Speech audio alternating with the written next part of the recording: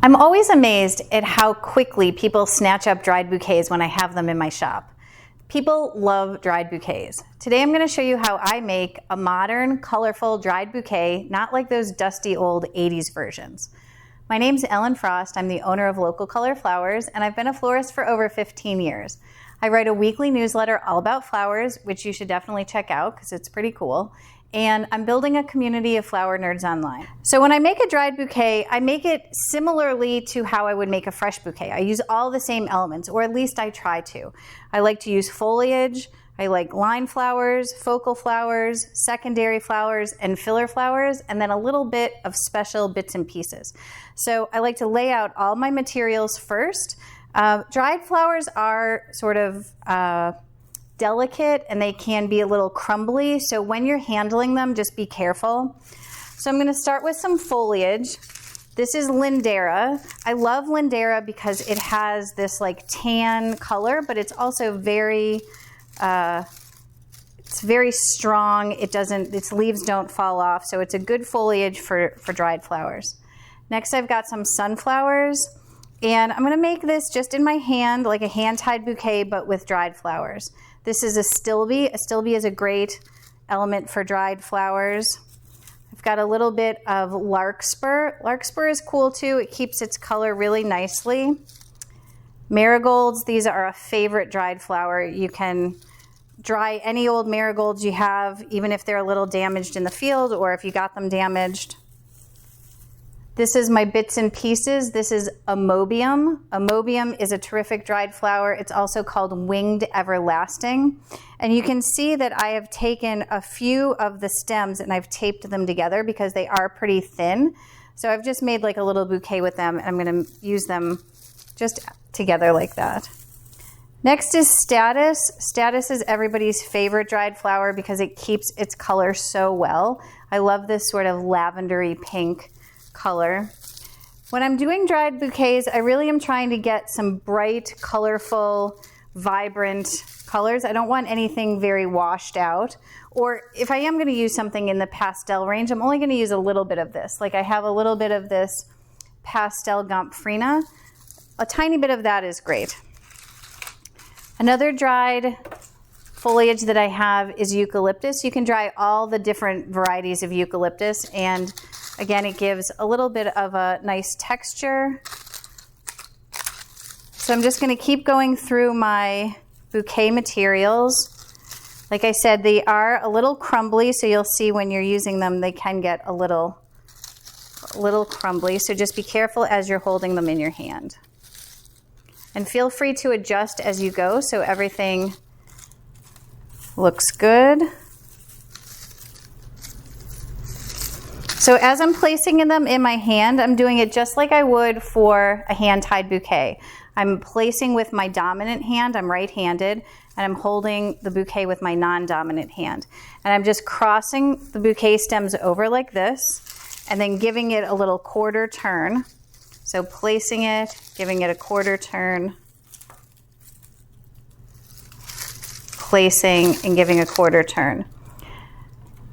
Dried bouquets might feel a little more upright as you're making them than a fresh hand-tied bouquet, but you can see, get that spiral look. I am going to trim my stems a little bit.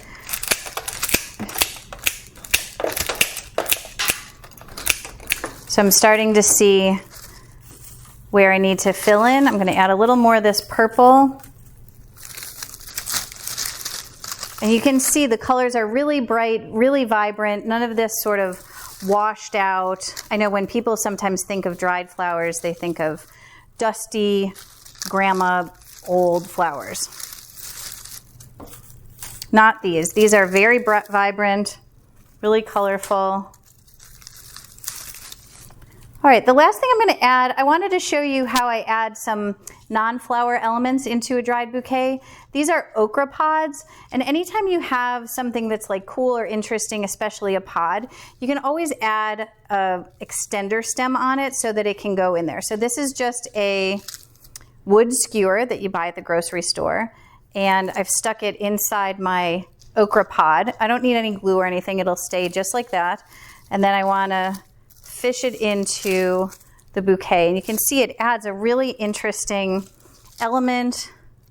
And do that for all 3 of these. I like to do these in odd numbers.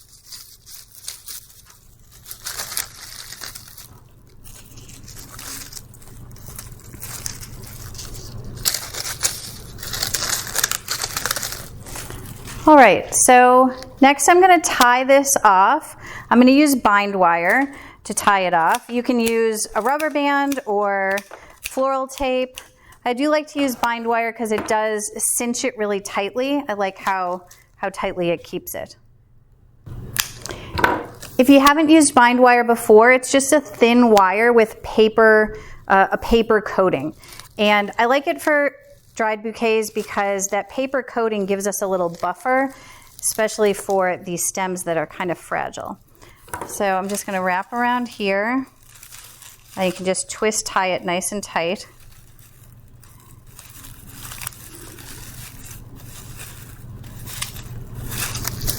Okay.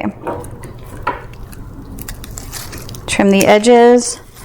So once my bouquet is finished, I want to wrap it in some craft paper. This is to protect the blooms as people are taking it home, and also it just looks cute, I think. So I'm going to take my craft paper. I always make double peaks, so this is double mountain peaks when I fold my craft paper. And then I'm going to lay my stems right on here.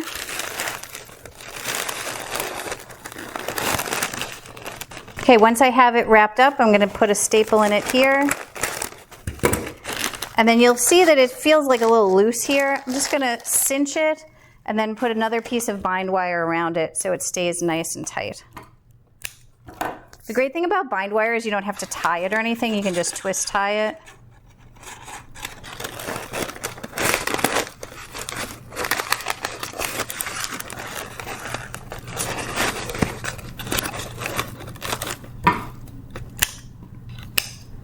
So there you have a modern dried bouquet with lots of really colorful flowers. If you're interested in learning more about the flowers that I love to dry, you can check in the notes section where I have my top 10 favorite flowers for drying. Hope you enjoyed this video on dried flowers.